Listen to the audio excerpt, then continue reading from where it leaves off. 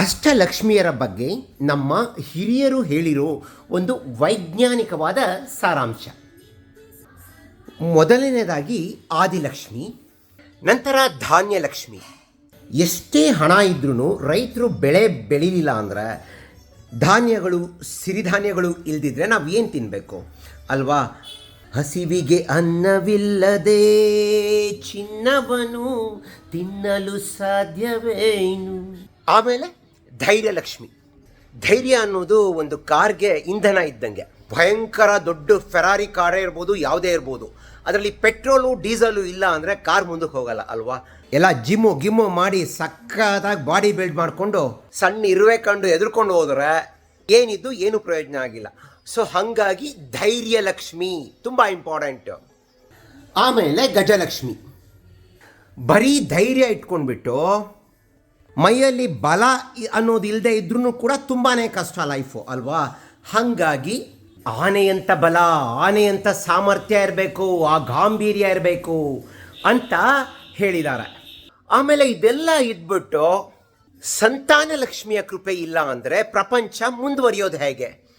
So ಸಂತಾನ ಲಕ್ಷ್ಮಿನೂ ಅಷ್ಟೇ important ಅಂತ. ನೆಕ್ಸ್ಟ್ ಬಂದ್ಬಿಟ್ಟು ವಿಜಯಲಕ್ಷ್ಮಿ.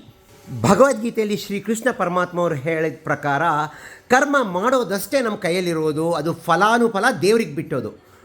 ಸೊ ವಿಜಯಲಕ್ಷ್ಮಿಯ ಕೃಪೆ ಬೇಕಾಗಿರೋದು ಅಲ್ಲೇನೆ.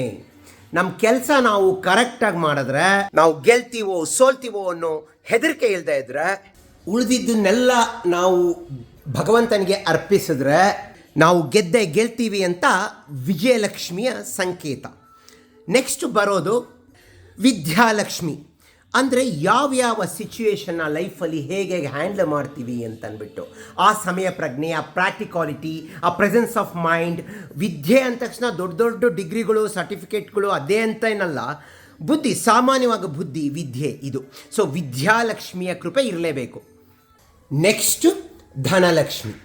ಎಲ್ಲ ಇದ್ದು ದುಡ್ಡು ಇಲ್ದಿದ್ರೆ ಏನೂ ಕೊಂಡ್ಕೊಳ್ಳೋಕ್ಕಾಗಲ್ಲ. ಬರೀ ದುಡ್ಡು ಮಾತ್ರ ಇದ್ದು ಬೇರೆ ಏನೇ ಇಲ್ದಿದ್ರೂ ಏನೂ ಕೊಂಡ್ಕೊಳ್ಳೋಕ್ಕಾಗಲ್ಲ. ಹೀಗೆ ಎಲ್ಲ ಲಕ್ಷ್ಮಿಯರು ಜೊತೆಯಲ್ಲಿರಬೇಕು ಅಂತ. ಆದರೆ ಇಂದಿನ ಆಧುನಿಕ ಜಗತ್ತಲ್ಲಿ ಎಲ್ಲ ಲಕ್ಷ್ಮಿಯರನ್ನ ಬಿಟ್ಟು ಬರೀ ಧನಲಕ್ಷ್ಮಿ ಮೇಲೆ ಫೋಕಸ್ ಮಾಡ್ತೀವಿ ಅಲ್ವಾ?